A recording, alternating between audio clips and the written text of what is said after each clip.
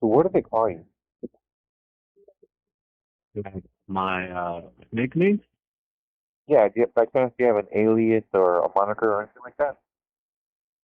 Uh, they used to call me like Savage, so I always went by that. Savage, were you incarcerated for, sir? How long is that? Uh, I'm incarcerated for second degree attempted murder, carjacking, all kind of gang enhancement, and great bodily injury, and I'm currently doing 30 years in prison with 3 strikes. I am from Tulare County, in the Central Valley. I'm from a small city named Dinuba, California. I was part of Northern Hispanic Community. Uh, I was from a neighborhood in my city, and it was predominantly Northern Hispanic. My earliest memory was when I was 2 years old. I'm an immigrant from Mexico, so I was living in Mexico with my mom and my two siblings, my sister and my older brother. Um, my mom met my stepdad, and he was young when she had all of us. He was 13 when she had my older brother, and he was like 17 when she had my sister, and me when she had just turned 19. And she met my stepdad. He was into like still doing the party life, so he knew she couldn't do that with us there. So I remember clearly when she flew us to my grandma's house in a different state of Mexico, and I thought we were there to visit. But I remember when he knocked on the door and we went in, he wasn't behind us, and when I looked back, he was like running back to the taxi, and I tried running after her, and she bounced out, came back a year or two later. We moved to Baja California, and we were living right there in the border town, Mexicali, and my dad was a coyote, like he would cross people over, and I never knew about like the U.S. or like Los Angeles or any of that, right? And no, my dad crossed us illegally. We were in a group of 20s. We went through Sonora and then the Rio Grande, and we swam across, and we migrated through the whole desert on the United States side, like all through the countryside and stuff. And the first place that we lived in was El Centro or something like that. And I don't even know where that was, but I know that it was in Cali. And after that, we moved to East LA, and from East Los Angeles.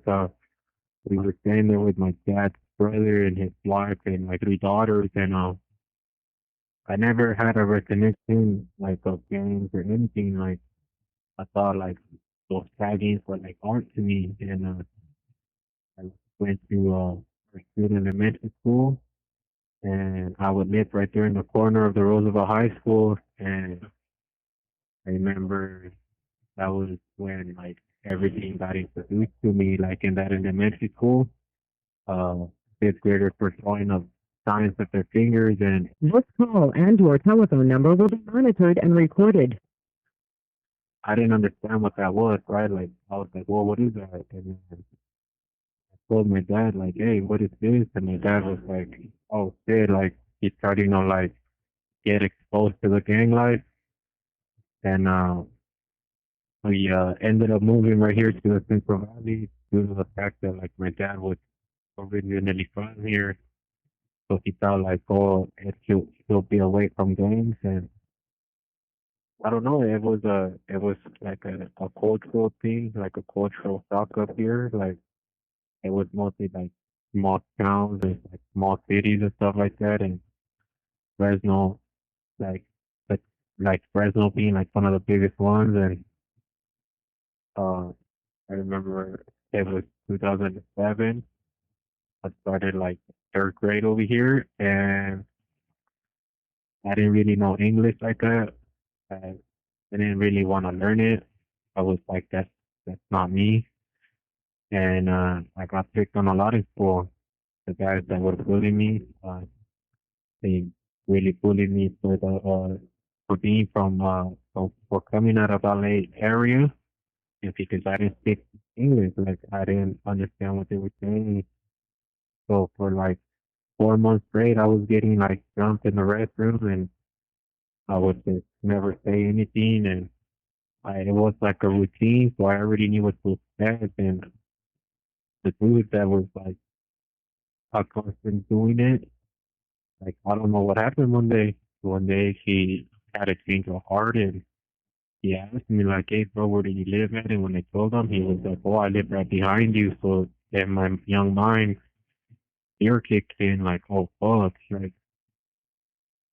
now I'm getting like like I'm getting ass beatings at school. Now I'm gonna get like beatings outside of school.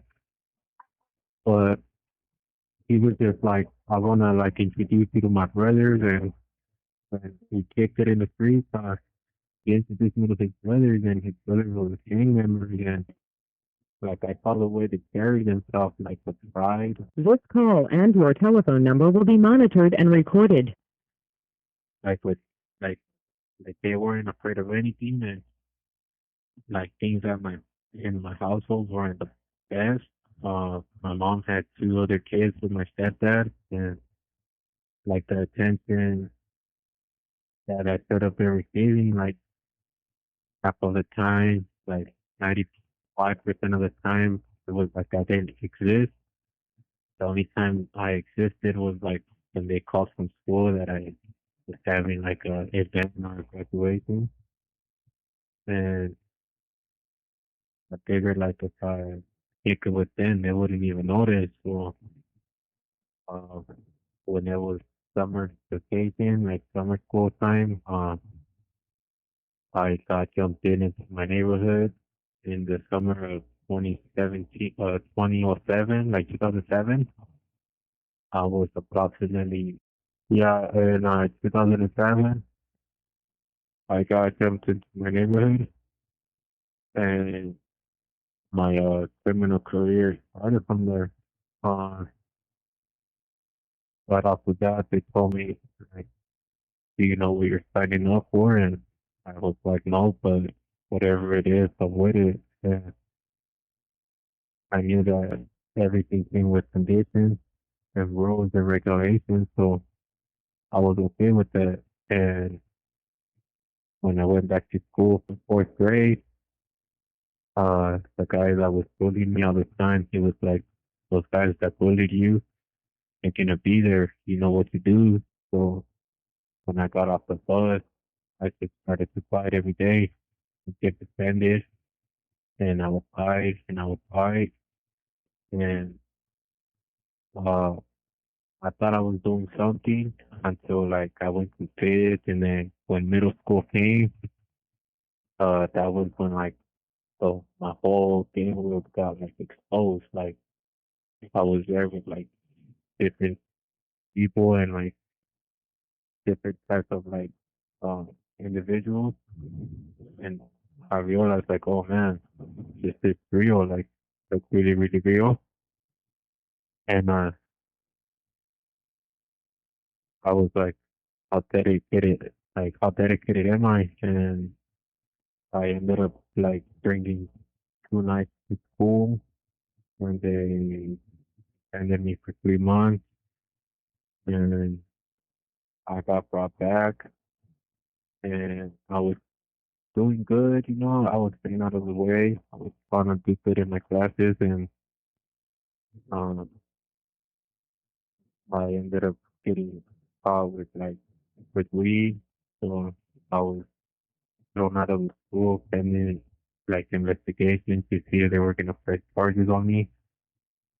And then from there, they let me come back, and I was like, the day I was supposed to come back, I went missing for like 3 weeks, and then I showed up with tattoos all over my face. And when I tried going into the classroom, the cops on me. And when the cop came and saw my tattoos, he was like, "Oh hell no!" like, we're out of here. And they called my mom. My mom came and she was talking to my face. And when we were on the drive back, like, I just waited for her to, like, hit the red light. From the red light, I got out the car and I took off running. And I called her 2 days later from juvenile hall, and I was like, "Hey, I'm in juvenile hall, and every chance that I was out, I would go back in immediately." And on my fourth time, I ended up doing 2.5 years pretty much, and over a burglary, and I was just picking up time, and I got out, and I didn't know how to like, didn't know how to function. I didn't know how to Seconds remaining. Seconds remaining. like, I didn't know how to be out there with society. And I knew right there and then, like, man, all I know how to do is time. And I went back in. I saw my case in 6 months. I beat it, and I didn't even last a week and a half. And I went back in for 18 months. And then when I was there, this is gonna hang up. Was doing my 18 months incarceration and juvenile hall. Um, I was having like those moments of like doubt about what I was doing, like for myself, like in my life. Uh, I was thinking about everything that I had given up, everything I had lost, and all the sacrifices that I had made, all the people that I've like harmed throughout my career in that lifestyle, and like even friendships that I had to like walk away from because everybody that was close to me like was always getting hurt because of my actions, and I never believed it, but everything that they've always told me was becoming true. It's like this is a solitary life, like all that, like having families or having a stable relationship, like that would never happen. And I knew like something had to change. I just didn't know where to start from. And even upon getting out, I knew that I was just gonna go back to doing the same thing. I when I was out for like 2 hours. Then I went to the little corner store that was like right in the street behind my house, and I was buying like iced tea and a burrito, and I was like looking around and I was enjoying the freedom that I had just got, and I knew like, man, I wonder how long I'm gonna last this time. And like I knew that I was like facing some game politics, and uh I was confronted coming out of the store for trying to get like my tattoos removed, and I was just like, I'm trying to like get a get a job. I'm trying to find somewhere that will hire me, like that isn't afraid to hire me because of my tattoos. And was like, I can't even get a tattoo. I can't get a job like cleaning toilets at McDonald's because the people there are afraid that like somebody from a rival gang might come there and just start shooting, and they don't care who they hit.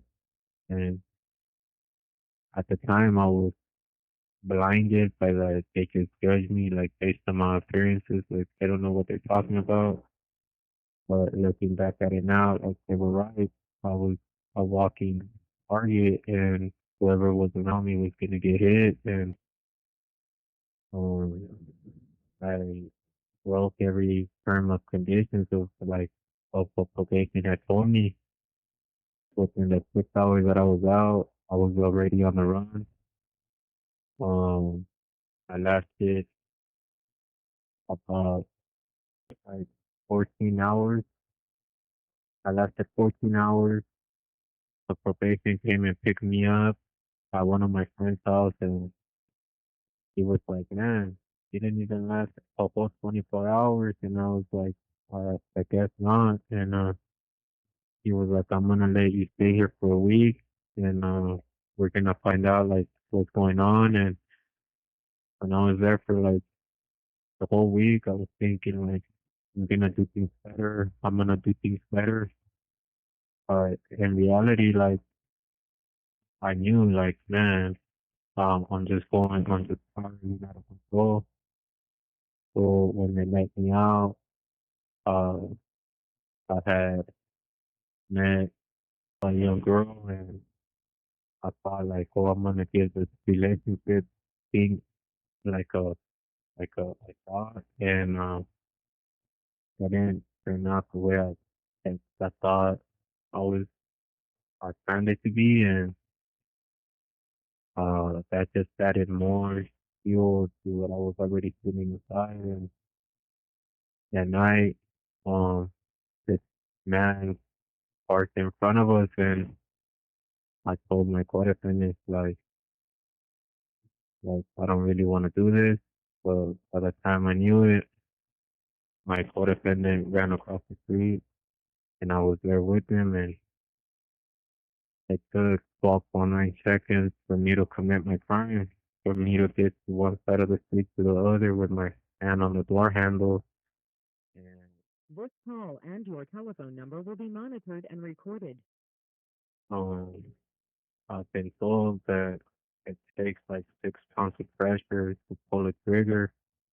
Uh, it feels about like 8 to open the door handle, and in that little 12.9 seconds, man, that changed everybody's life.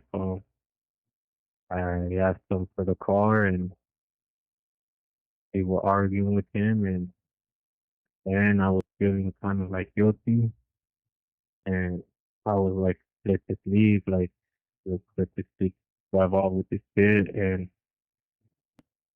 things got crazy. I told the man to like drive away, but he wouldn't listen, and I kept telling him like, hey man, just drive, and I'm arguing with my co-defendant, and I know that the man that was sitting in the car, he touched me, and he asked me a question like, "Hey, are you guys gonna kill me?" And by the time I knew it, like he was getting stabbed, and I like cut the seatbelt, and like he jumped on me, and I was trying to pull him out the car, and he was like choking on his blood, and I never felt like sympathy or compassion or any of those types of feelings before, and I was feeling things that I normally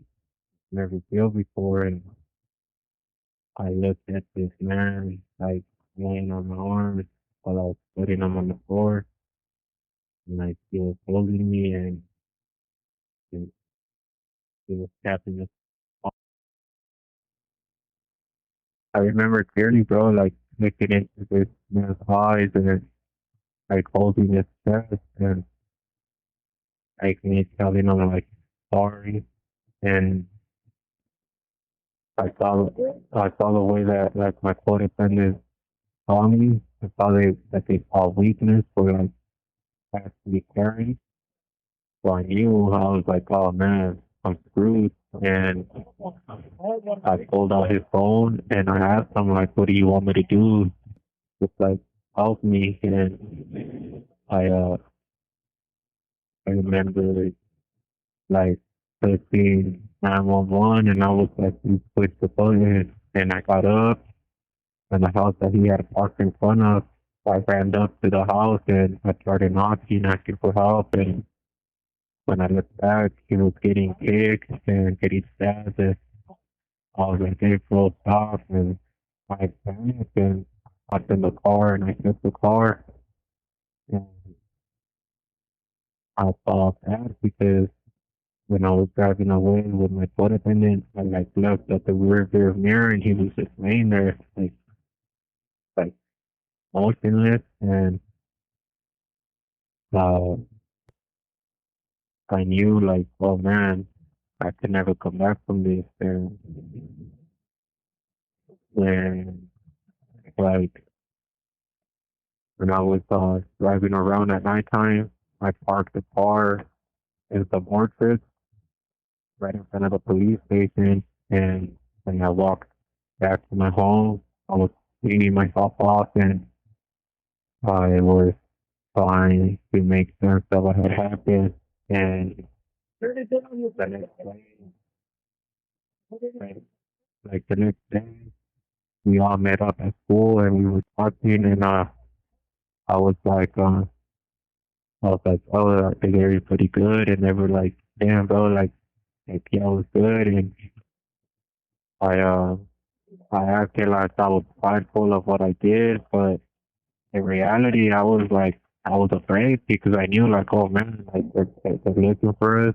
They're trying to ask questions, and oh, like it's just a matter of time. And later on that night, we were all speaking it, and uh,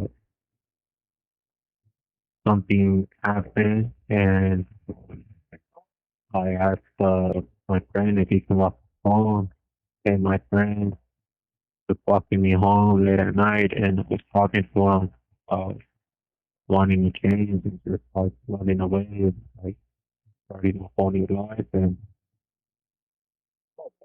if I would have stayed, I would have caught another crime because people that I committed a crime with, and then it's after they walked me to the stop sign, they took another man's life. And when they arrested me, like it was hard for me to know that the victim's family was like in the front, like wanting to see like who was responsible for the murder of their loved one. And I didn't want to say anything. Like I don't know if I kept like giving them the runaround. Like, oh, I don't know what you're talking about.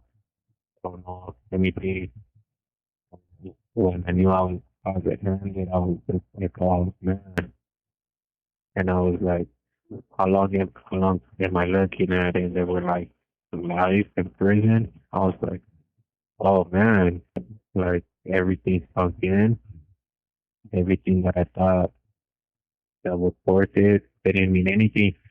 Um, there was 10 people in the holding tank that were all under investigation for what we had did, and then we topped it off. I was on the GPS monitor, and there was no denying where I was, and I told them like, yeah, I did it. I took the car, and they were like, okay, well, this is what we're gonna charge you with. And I'm fighting it to the fullest, and I I was so caught up in my emotions that I didn't even care what so hard I thought the things I'm doing hard. I didn't even care. Like I was so worried about me, like everything of me, like what's gonna happen with me. And I was so embarrassed when they popped my door down at like 2 in the morning, and they woke up my family at gunpoint,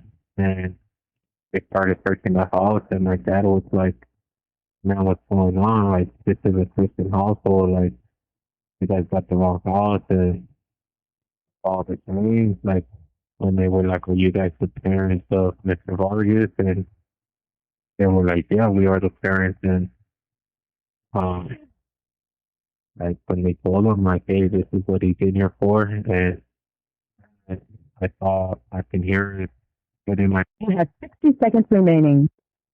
when I gave them that, like, 5 minute call, like, he was so broken. Like, he told me himself. He was like, bro, I thought when you say you game, man, like I thought you guys just kicked in the street corner, drink a little bit, maybe smoked a little bit of weed, and that was it. Or got like in a social with like different kids from like a different area, but murder, like what do you mean? Like I didn't teach you this, and all I could do was like I didn't do anything. Like lie to them and say like I didn't do anything. Like they're tripping, they got the wrong guy.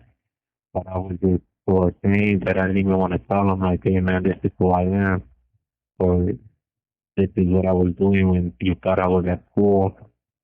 But it's gonna hang up, and I'll call you back, okay? Yeah, please call me back, Brian. This is where like I start connecting the dots, right? So many people ask me like, why, why did you join the dance, right? So that's that. When my mom left me with my grandma, uh, I didn't feel that motherly son connection, right? So that developed the abandonment issues and a low self-esteem kicked in because immediately I was like, was I not good enough for her? Like, did I do this? Did I cause her to leave? So when she came back and she told me like, oh, I'm your mom. I was like, who are you? Like, no, this is my mom. And they was like, no, I'm your mom. So when she took me, I didn't have that like mother son love. I looked at her like a complete stranger, like you're just some lady that calls herself my mom, but I don't even know you like that. And the lack of attention and the fact that like the abuse was there, like the beating, like if she had a bad day, she saw me, like took it out on me, and like they seemed to get worse and worse all the time.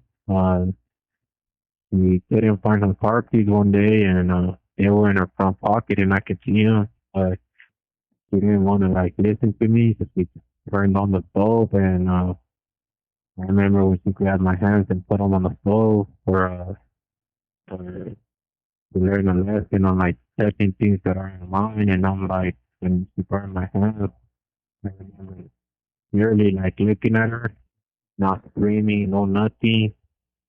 Only my fingers get burned on both hands, and I looked at her, and after she burned my fingers, and my fingers were all blistered, like burned. I told her like your keys are in your front pocket, and I remember her even telling me like a smart, like trying to be smart with her. She grabbed balls and put them on my hands, and that developed resentment and a lot of anger. Like you call me your son, and you're my mother, but somebody that had me isn't supposed to harm me like this. And I remember fueling myself with that resentment, with that anger, and looking at my siblings like, man, you guys don't even get whooped like me. Like I take your guys' beating, and I now comprehend that I'm not valued in here. I'm not seen as the equal. Like I'm not even allowed to sit at the dinner table with you guys. I would see how she prepared for plates for everybody else. For me, she was like, God gave you hands, make your own plate. Like, man, what do I do to you that makes you like hate me or detest me so much at high side? And I realized like, okay, some, something has to change. And from from that, I knew that like running a gang, I knew like, man, I'm gonna have power, and people are gonna respect me like one way or another. And that happened like the minute I jumped into my neighborhood. I felt a love, but I didn't feel at home. I walked on, I felt accepted. I got the pat in the back when I got a certificate, like a certificate. In school, I didn't tell my friends. I went straight to my neighborhood, and I was like, hey, my boy, like, I got a certificate. And they would pat me in the back and be like, here you go, bro, here's a beer. And I would drink, even though beer was nasty to me. Like to me, being 8 years old, drinking with grown men that are in their 30s, telling me, like, bro, that's good, bro. Like, you did good. Like, we're proud of you. Like, I felt so happy for myself. Like I felt like, okay, I'm doing something, and I I loved every bit of it. Like I loved every moment of it, and even when I knew, like, man, like I can't mess up or this is what's gonna happen, I was okay with that. And I tattooed my face, I tattooed my body because I put in the work. I did what I had to. And even when I knew in my heart, like, man, this is wrong, like, this isn't what my dad taught me, like, I didn't, I didn't go against what the gang rules were. Like, I was meeting them at 100%. This call and your telephone number will be monitored and recorded. I didn't bend the rules. I didn't bend anything. If you told me walk straight, I was walking straight. I wasn't tilting my head side to side or looking on side to side or back and forth. I was walking that line straight, looking straight forward and trusting in what you tell me. So when I caught my face, all my beliefs were shaking under me. Like my belief system was like everything that I believed in, everything that was taught to me, all the hate that was spilled into me, all the bad stuff that I went through, all the times grown men try to kill me, and me so proud of it. Like, man, better luck next time.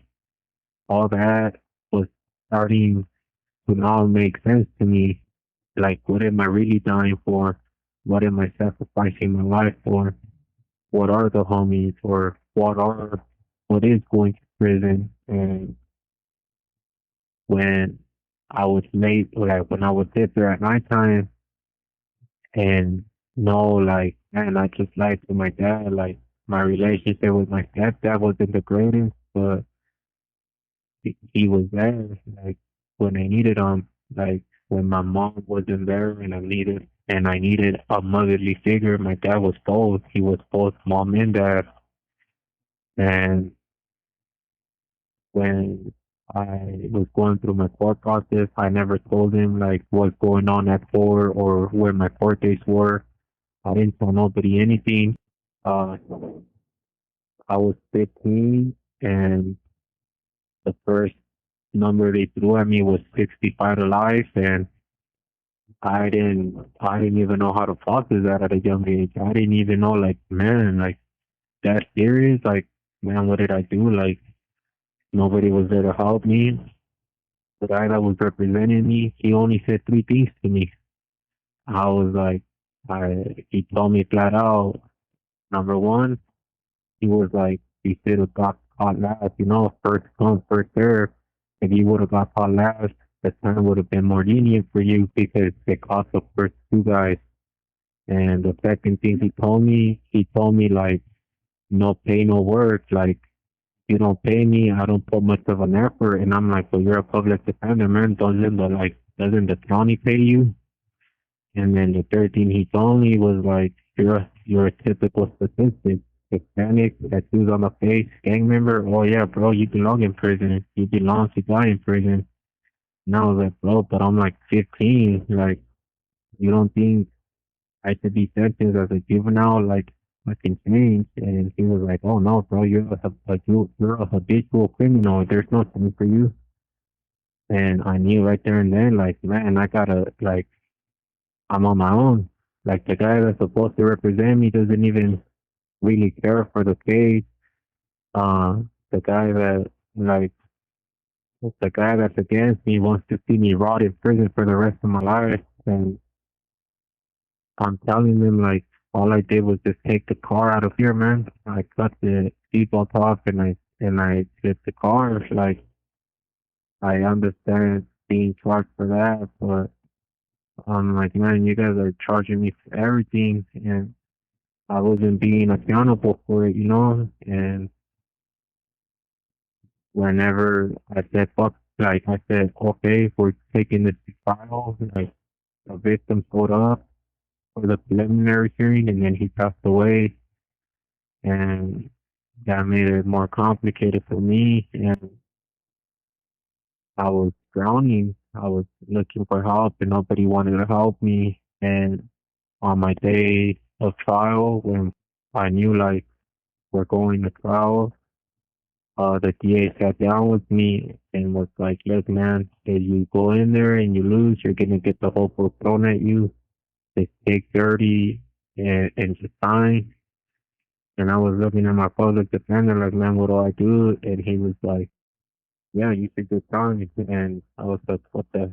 All right, like, well, if you're saying to sign, I'm gonna sign." And I signed, and when I signed, the judge was like, "You're getting two strikes. The deal comes with two strikes." I was like, "Two strikes?" I was like, "Man, what the hell? They didn't even tell me that."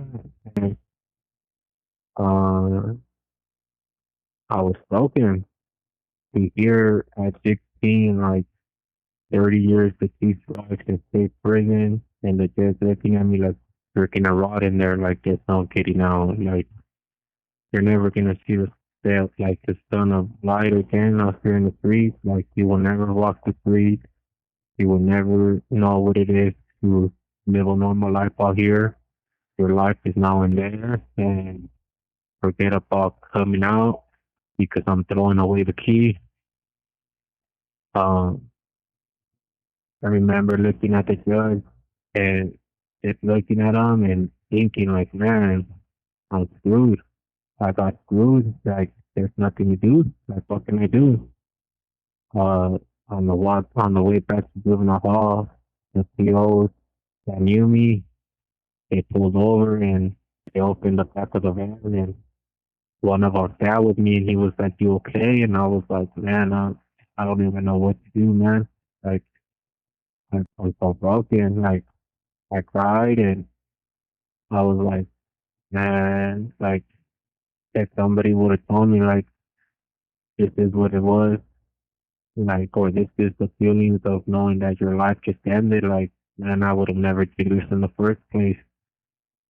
And when I went back to juvenile hall, like I knew I had a choice to make, like it's either game big and go all the way to the end with it, to the maximum, to the like like go to prison, go in as an active gang member and stab anything that was meant to get stabbed, or be like I'm done, I'm good. I remember sitting on my bed and everybody was talking on the vents and county jail is just right across from us, right? So This call and your telephone number will be monitored and recorded. we could communicate with the county jail, like going to court and like writing notes and bringing them back and forth. And I remember just like sitting there and I got up, went on the bed, and I told everybody like, "Yeah, I got an announcement to make." And everybody was like, "Yeah, what's up, bro?" And I was like, "I just got sentenced." And honestly, I'm full of this. Like this is not for me anymore, bro. Like the fire, the flame, that thing died out. Like I haven't been feeling it ever since like my my ex girlfriend, and I was like in everything that I had to sacrifice, and they were like, "Oh, bro," but that was house quality, and to get to that part, I had met a girl. She was a rival gang member. Um, she became my girlfriend. She was a southerner, and I was a northerner, and it was never meant to be, but we were happy.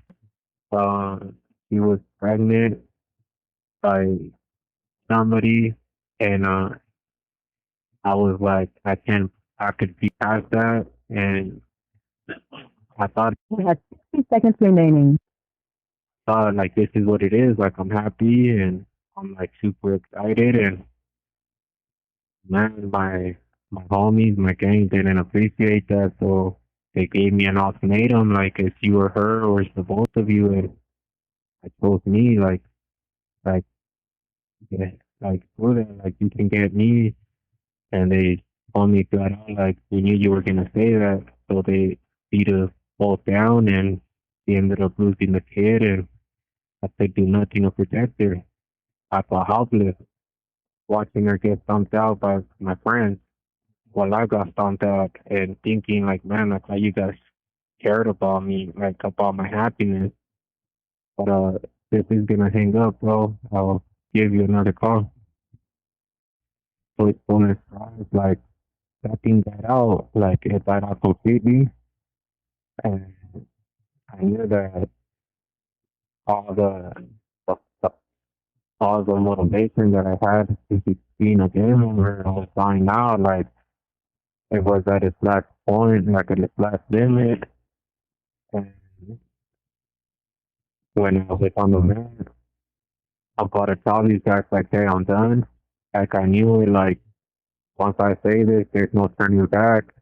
So I told them like, hey, I'm done.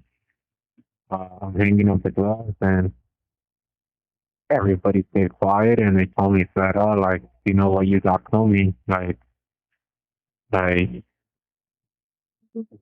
the morning, either roll it up or suffer the consequences. And I was like, I'm not rolling nothing up. And when I came out in the morning, I got jumped, and I still didn't want to roll it up. And they jumped me again every day. And the day of my birthday of like 2015, they they lied to my face.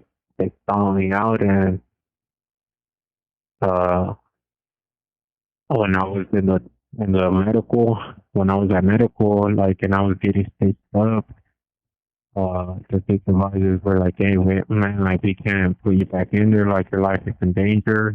We found kites with you and with your name in the county jail." And I was like, "It's alright, man. Like I don't really care. It's like whatever I got coming from who I used to be." And they told me flat out, like, are you sure? And I said, yeah, absolutely. So they showered me, they put me back in there, and the next day with fresh, like with fresh stitches on my face, I got jumped again, and they had to re-stitch me, and then I turned. I was waiting to get transferred to CYA. This call and your telephone number will be monitored and recorded. And from waiting to get transferred to CYA, uh, they had the guys I was out with. They had broken off a piece of the whiteboard, right? And they were gonna poke me. So the guy that was gonna do it, I was in the shower, and he came by and he said, "Hey, bro," he was like, "You're my boy, you know." He was like, "And I don't want to do it, so like, just get up out of here, because I'm supposed to put this inside you." And when he told me, I was like, "Do what you gotta do, man. Like, I'm not going anywhere." And he was just like, "Man, like, don't make me do this." And I was like, "Bro, do what you gotta do." So when I got out the shower, I went downstairs to put on the deodorant and a little bit of lotion, and when I was walking back up in my room, I noticed that my door didn't close behind me. And when I looked, he was standing in there, and he pushed the button, and when the CO answered, like, "Vargas, was your emergency?" and they heard his voice, immediately they knew, oh man, we gotta save his life. So when they ran in there,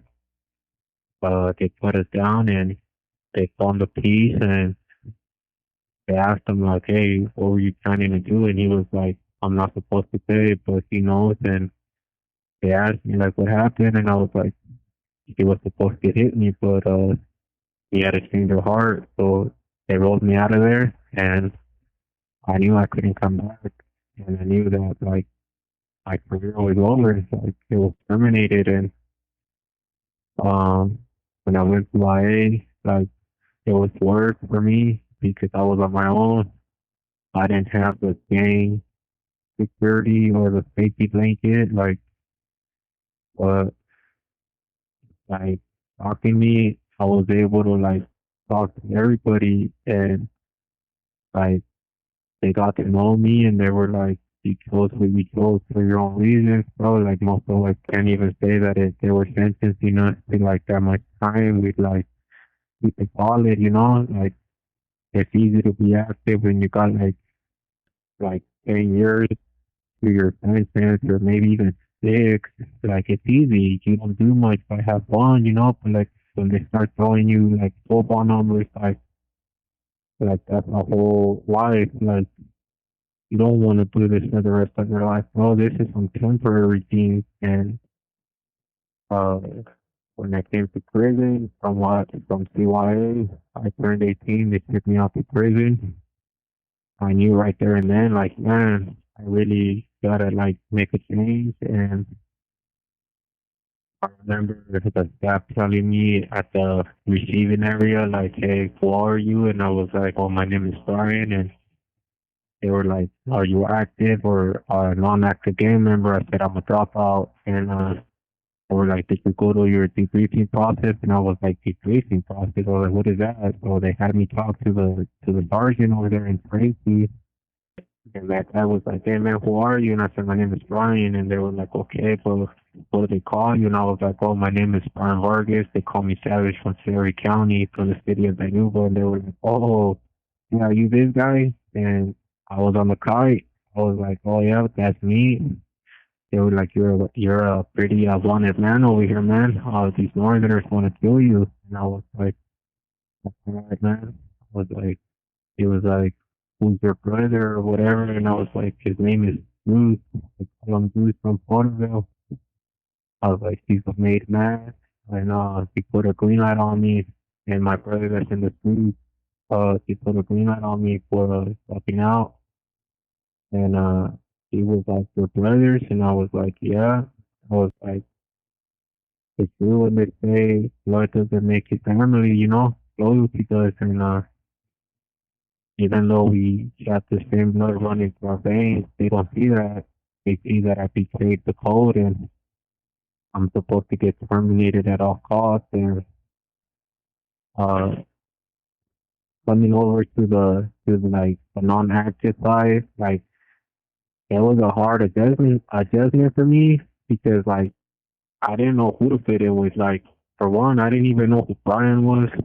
Second of all, like I didn't fit in with the guys that played Magic or Dungeons and Dragons. I didn't fit in with the Christians. I didn't fit in with like any religious group. So I was straight to what I knew, man. I saw all the ex gang members still putting it together, and I said, "Man, that's my card right there." So I dove in and I asked, like, "Wait, like, what's all up over here on this side?" And then they told me, like, "There's still gangs over here, man. Like, everybody's all clicked up." And I was like, "Well, whatever. Like, I'm down with it." And I made the mistake of This call and your telephone number will be monitored and recorded. when I was repeating the same cycle, like I remember like I was in the hole and I was just like, "Man, what's happening to me? Like why can't I get a ride?" And going back to my county jail for court because one of my co-defendants wanted me as a witness and having to deal with more problems there for being affiliated and having a fight, having to get drunk and going through the reception area again in Delano, like I knew like I dug my hole and something's gotta change. And many people ask like, "Well, what happened? Like what clicked?" Like something along the line has to like click. You don't just do this for the rest of your life and not feel some type of way about what you're doing or what you're living. And some people can do it, but not me. I was in the hall with my family.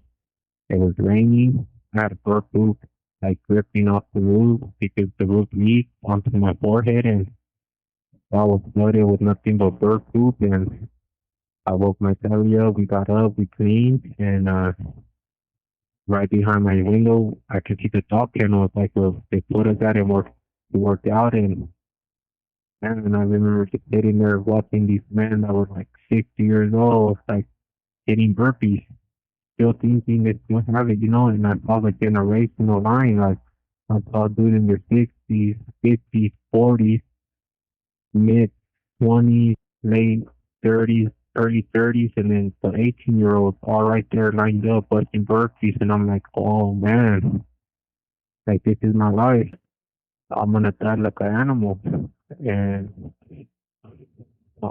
remember Michelle saying like, hey man, you okay? And I was like, well, I don't want to die like this. Like I don't want to die like an animal. Like I have life in me. Like I'm 19 and I do not want to die like this. And he was like, well, do something about it. Like make a difference for yourself. And he was like, look at me, man. He was like, I've been down since I was 15 and I'm 35. Like that's a long time. He was like, don't be me, bro. Like make a difference. And when I got kicked out of the hole, I started to do good, but I still didn't know where I was headed at. So like I stumbled, I would do good and I would stumble and fall. And sometimes I would procrastinate on getting back up, but I was doing my best, trying to like stay away from the mix. And I remember my counselor, she wanted to always help me out and she was like, hey, I'm going to do you a favor. Like, when you turn level 3 points, I'm on the wall. If you pull level 2, you go to that state prison. And I said, what the hell? Like, isn't that like a woman's prison? And she was like, no, see, what you need to do is like get away from everybody here and start friends over there. And I was like, all right, man, I give it a shot. And she was like, you don't have an option. Like, you owe me if I'm always looking out for you.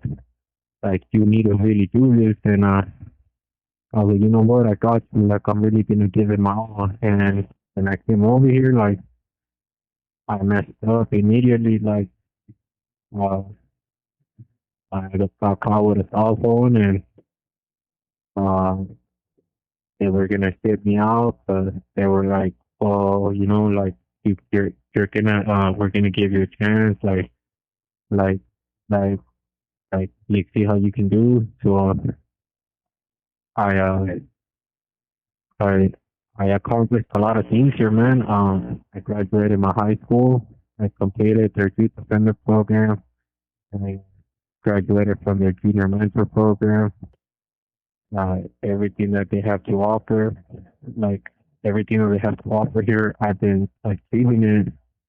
Right now, currently, I work as a ADA worker, like helping disabled people move around, like push them around.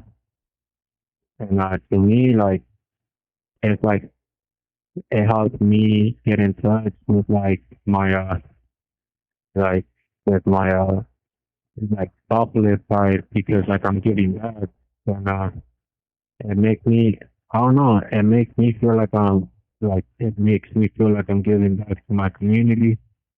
I got in touch with who I am. I'm in the Native American circle and I go to sweat and I've been doing everything that I can to really just get out of the way. Um, be- um, hoping to get out in like 3 years when I go to parole board. Got the insight on why I became the man I became. I know You have 60 seconds remaining. it's not overnight where you become you don't become somebody like that overnight. It takes a lot of dedication to be that person. Then I realized like if I dedicated everything to be that person, I can dedicate myself to be a better person. And it's gonna hang up, but I'm gonna give you a call back. So, Yes, sir. right, then. All my prison experiences, bro, all the violence that I went through, all the solitariness that I experienced, helped me understand myself better. Like, what it's worth it, like what it's worth more, like my freedom or still messing around trying to kick it with like the homies or something. And it's like saddening sometimes when I see young people coming in and they don't take advantage of when they don't take advantage of the programs that are here and they think that sticking it out there with the homies is still like the hype, but you really can't force change onto someone. Like something has to happen in their life to like make that change for themselves. And I ask myself like, if I can help what I help, and I tell myself every time like absolutely, because I know what it is for people to give up on you, for you to feel like you're not worth giving, like you're not worth being given a shot. Like most of us have a lot of potential in here that we don't even know about because we've been we've been so shattered and broken and put down a lot to make us believe like that we're not good enough. Like nothing that we do will ever amount to the expectations that people out there have for us. And I think it's messed up, but I get it. Like most of us burned a lot of bridges in our lives, and everybody that knew us, all they ever known was like broken promises from us. Like I promise I'll do good. I promise I'll stay out of prison. I promise I won't do it again. But at the end of the day, like